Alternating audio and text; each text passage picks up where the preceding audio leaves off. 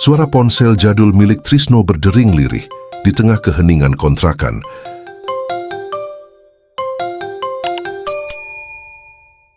Trisno menghela napas. Ia tahu kabar baik jarang datang dari kampung. "Bu," suaranya serak, menahan lelah dan was-was. "Trisno, Yati dibawa ke bidan, dia jatuh tadi waktu ngangkat air dari sumur. Katanya pendarahan, perutnya sakit sekali, harus dibawa ke rumah sakit yang besar, no." "Sekarang dirawat di mana, Bu?" "Masih di bidan, no." Bu bidan bilang, harus segera dibawa ke rumah sakit yang besar. Suara ibunya terdengar gemetar, lirih penuh beban. Yoga juga lagi di tempat bidan desa, no. Dia ketabrak sepeda motor tadi, no. Ibu suruh antar sayuran ke warung depan. Trisno membeku. Dalam satu waktu istri yang mengandung anak pertamanya dan adik satu-satunya sama-sama dalam bahaya. Sementara di tangannya hanya tersisa uang 2 lembar 10 ribuan yang dilipat kusut di dompet robek. Ia melempar ponsel ke kasur tipis itu. Dadanya berdebar keras. Dalam keputusasaan pikirannya langsung tertuju pada secarik kertas tua yang masih tersimpan. Alamat itu, alamat yang diberikan dukun tua di dalam bus. Dulu Is hanya menatapnya penuh keraguan, tapi kini godaan itu berubah menjadi kebutuhan. Tanpa pikir panjang, ia bersiap dan menggenggam erat dompet berisi alamat yang diberikan dukun itu.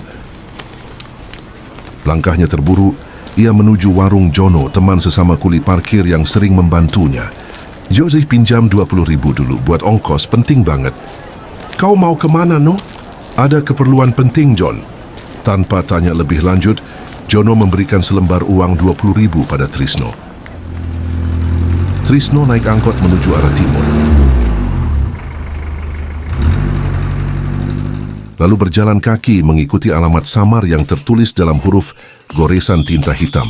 Perjalanannya membawanya keluar dari jalan utama, masuk ke wilayah sepi yang penuh ilalang dan pohon bambu. Langit mulai menggelap, seolah memahami kelamnya niat yang mulai tumbuh di hati Trisno.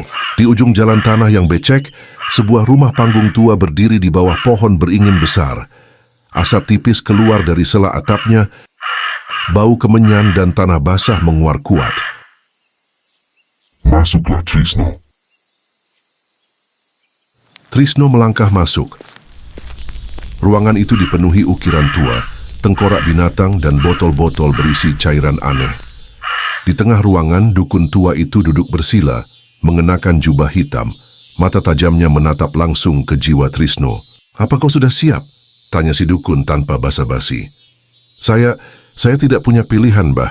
Istri saya, adik saya, semuanya butuh uang." Dukun itu tersenyum. "Uang akan datang, Trisno. Banyak tak bersisa." "Bagaimana caranya, Mbah?" "Kau hanya perlu melakukan satu hal kecil." Trisno mengangguk, walau hatinya gemetar. "Setiap malam Jumat, kau letakkan selembar uang ini." Sang dukun mengeluarkan lembaran uang yang sudah dilumuri darah ayam hitam di persimpangan jalan atau pasar. Siapapun yang mengambil akan menjadi tumbal. Tapi ingat, jangan pernah keluargamu sendiri yang menyentuhnya, jika kau tidak ingin mereka jadi tumbal. Trisno menerima uang itu dengan tangan gemetar. "Saya tidak ingin mereka." Kenapa, Mbah?" "Begitu uang itu menemukan tumbalnya, maka ia akan kembali ke tempat di mana bungkusan putih ini kau simpan bersama sejumlah uang yang banyak." "Baik, Mbah." "Bagus." Dukun itu berdiri dan memberikan sebuah boneka kayu kecil yang dibungkus kain putih dan diikat benang merah. "Inilah penjaga perjanjian. Letakkan di bawah tempat tidurmu, maka kemakmuran akan mengalir." Trisno pulang dengan langkah tak pasti. Ia masih berusaha menyadarkan diri bahwa ini bukan mimpi.